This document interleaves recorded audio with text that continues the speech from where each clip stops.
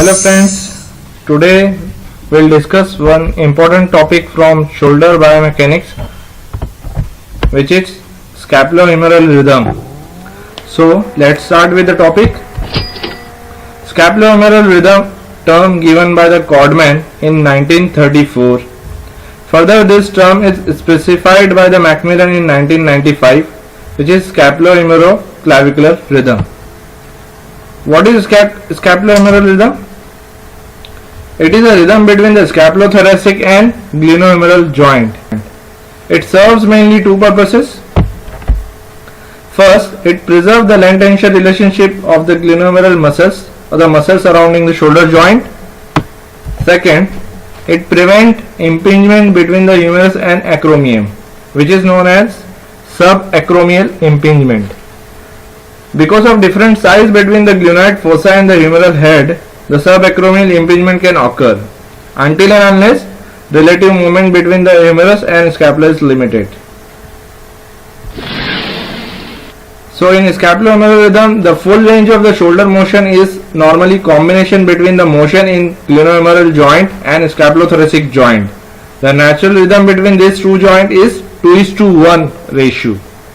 That means out of 180 degree of shoulder abduction, 120 degree of abduction or flexion occurs in glenohumeral joint, or remaining 60 degree occurs in scapulothoracic joint in the form of upward rotation. So 2:1 ratio means every 2 degree of shoulder abduction or flexion, the scapula moves upward roughly around 1 degree, vice versa for adduction and extension. See the movement between glenohumeral and scapulothoracic joint. 120 degree of abduction occurs in glenohumeral joint and remaining 60 degree occurs in scapulothoracic joint, which is upward rotation in the form of upward rotation. It is clearly 2:1 ratio.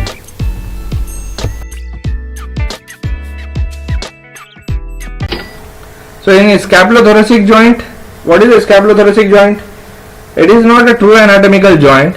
It is a functional joint articulating between the anterior surface of scapula to the posterior thorax, and it lies between the rib 2 to rib 7. The movements are scapular elevation and depression, scapular protraction and retraction, scapular upward and downward rotation.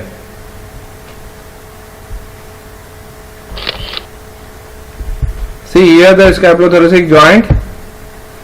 It lies between the rib 2 to rib 7, and the spine of scapula lies third spinous process of thoracic vertebra, and inferior angle of scapula lies around in between 7 to 8 spinous process of thoracic vertebra. Scapulothoracic joint. Motion of the scapulothoracic joint is depend on the combined movement of the acromoclavicular and sternoclavicular joint. So we can say that 60 degree of scapulothoracic joint of upward rotation, 30 degree occurs in SC joint or 30 degree occurs in AC joint. Sternoclavicular elevation is most evident during the initial phase of arm elevation. So sternoclavicular joint plays mainly important role in initial phase of arm elevation. There is a 4 degree of sternoclavicular joint movement for each 10 degree of shoulder or glenohumeral joint abduction or flexion. The acromoclavicular joint moves primarily before 30 degree and after 135 degree. Phases of abduction and flexions are: Phase 1, humerus moves 30 degree of abduction or flexion. In that phase, scapula has minimal movement and clavicles moves from 0 to 15 degree of elevation. See the phase 1 movement, scapula doesn't move, shoulders start moving 30 degree of abduction. In phase 2, humerus move further 30 degree of abduction. Now the scapula start moving 30 degree of upward rotation and clavicles moves 30 to 36 degree of elevation. See, along with humerus, scapula start 30 degree of upward rotation. In phase 3, humerus moves further 60 degree of abduction with 90 degree of external rotation, and scapula moves further 30 degree of rotation, which is upward rotation, and clavicle moves 30 to 50 degree of posterior rotation up to 30 degree of elevation.